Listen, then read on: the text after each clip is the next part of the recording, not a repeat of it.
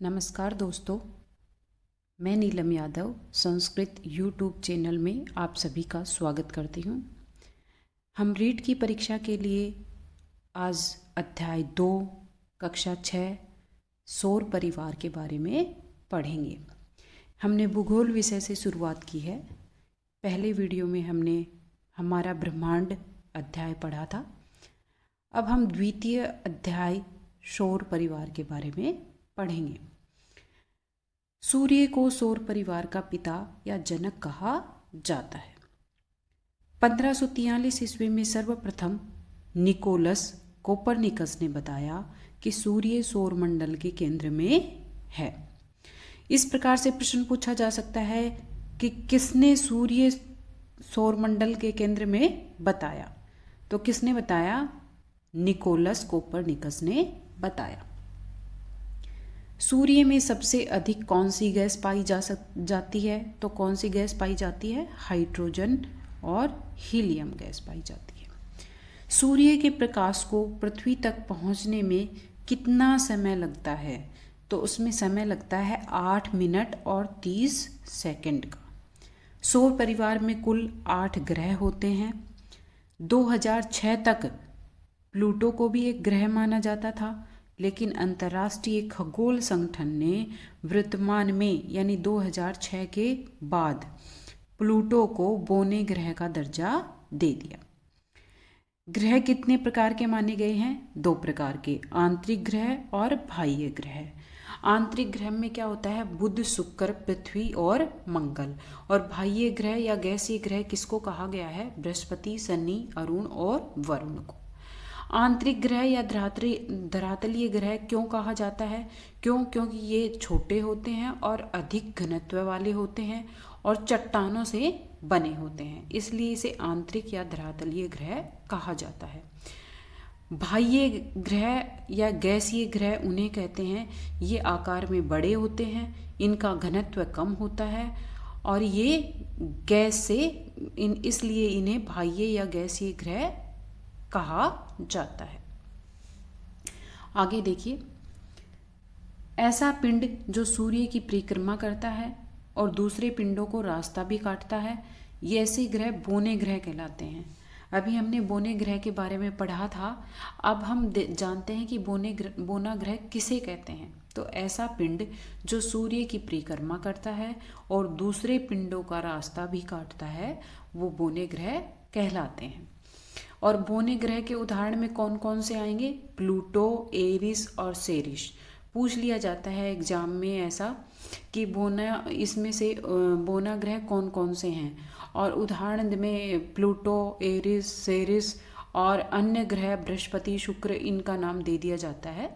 तो बौने ग्रह सिर्फ केवल 3 हैं, याद रखिए। लघु पिंड क्या होते हैं? क्षुद्र ग्रह या उल्का पिंड आदि लघु पिंड कहलाते हैं। सूर्य से दूरी के अनुसार तीसरा और आकार के अनुसार पृथ्वी सौर परिवार का 5वां बड़ा ग्रह है। इसमें पृथ्वी के बारे में बताया गया है कि यदि सूर्य की दूरी के अनुसार देखा जाए तो कौन सा? तीसरा ग्रह है। और आकार के अनुसार यदि देखा जाए पृथ्वी को तो सौर परिवार का 5वां बड़ा ग्रह है। कौन? पृथ्वी। शुक्र को पृथ्वी का जुड़वा ग्रह भी कहा जाता है।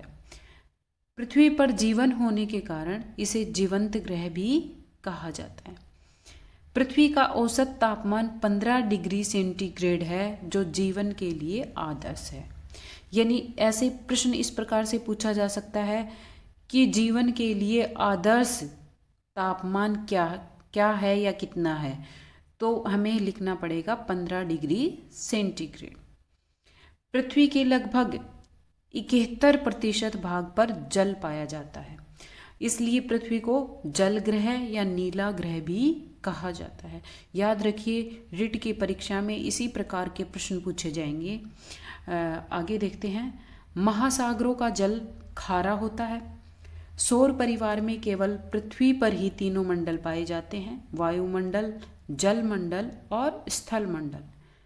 पृथ्वी का केवल एक ही उपग्रह है और वो कौन सा है? चंद्रमा।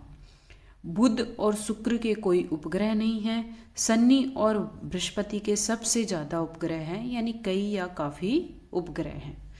सबसे चमकीला ग्रह कौन सा है? शुक्र है। सबसे लाल ग्रह कौन सा है? मंगल। सबसे बड़ा और भारी ग्रह कौन सा है? बृहस्पति।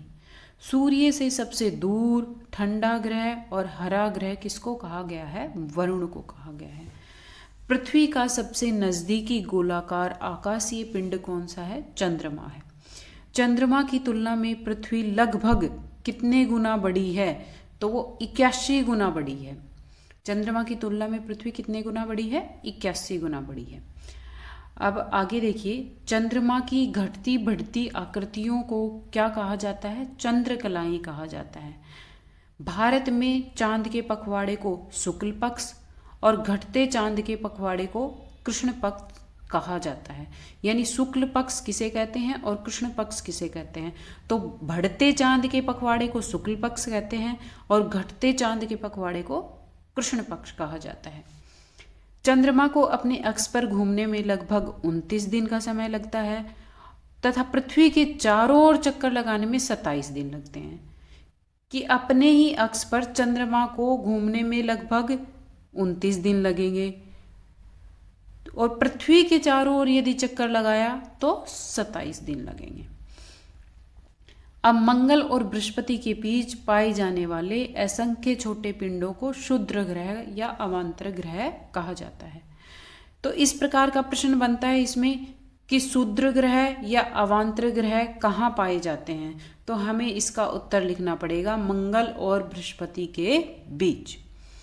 और यदि उदाहरण पूछ लिया जाए कि क्षुद्र ग्रह का उदाहरण बताइए, तो हमें लिखना होगा सेरेस। याद कर लीजिएगा, रीट एग्जाम में इस प्रकार के प्रश्न अनेक बार पूछे गए हैं। सबसे अधिक चमकीला तारा कौन सा है? तो सबसे अधिक चमकीला तारा साइरस होता है, जिसे डॉग स्टार भी बोलते हैं। और यदि पूछ लिया जाए सबसे अधिक चमकीला ग्रह कौन सा है, तो चमकीला ग्रह आएगा शुक्र, और यदि चमकीला तारा पूछ लिया जाए तो वो आ जाएगा साइरस। सबसे छोटा ग्रह कौन सा है? तो सबसे छोटा ग्रह है बुध। और यदि पूछ लिया जाए वलय धारक ग्रह कौन सा है, तो वलय धारक ग्रह है शनि। पृथ्वी का औसत तापमान है 15 डिग्री सेंटीग्रेड, जिसमें हमने बताया था कि ये सबसे अच्छा जीवन के लिए है। धन्यवाद। आपको वीडियो कैसा लगा कमेंट बॉक्स में कमेंट करके ज़रूर बताएं।